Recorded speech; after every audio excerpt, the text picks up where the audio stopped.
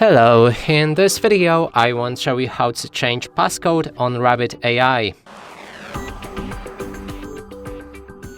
To do this, first you'll need to grab your device, then shake it like this.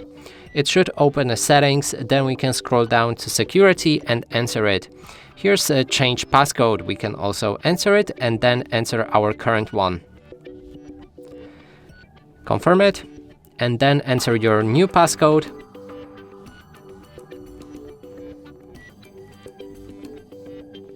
Confirm it.